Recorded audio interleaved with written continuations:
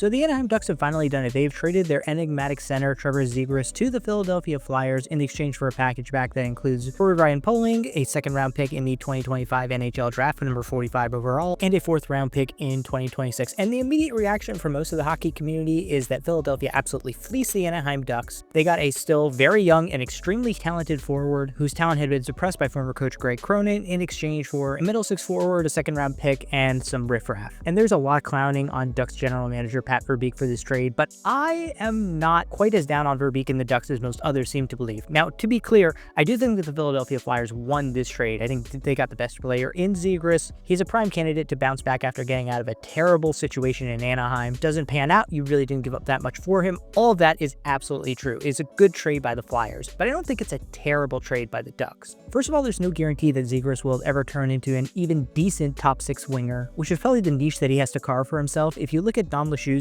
on Twitter, he gave a bunch of comparables for Trevor Zegras based on his career projection, and those comps are not great. Bobby Fabry, Chris Tierney, Gilbert Brule, Cody Hodgson.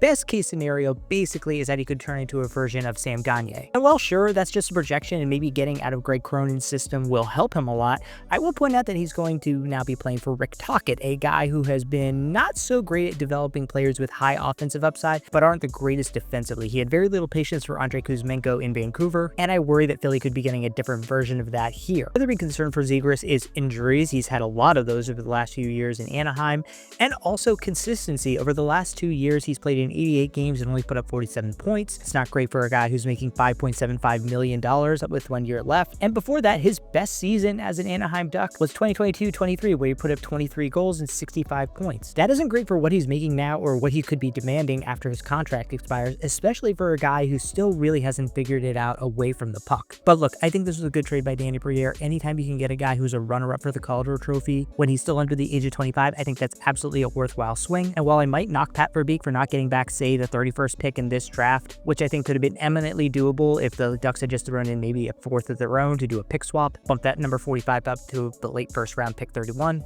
I'm not going to come down on them so hard for getting rid of a guy who had clearly worn out his welcome in Anaheim, hasn't been incredibly productive or healthy over the last few years. Instead, send him off, get some assets back for him. Probably weren't going to be ultra competitive this year. You won't miss him that much. Keep plugging along with your rebuild. I think this was fine by Anaheim.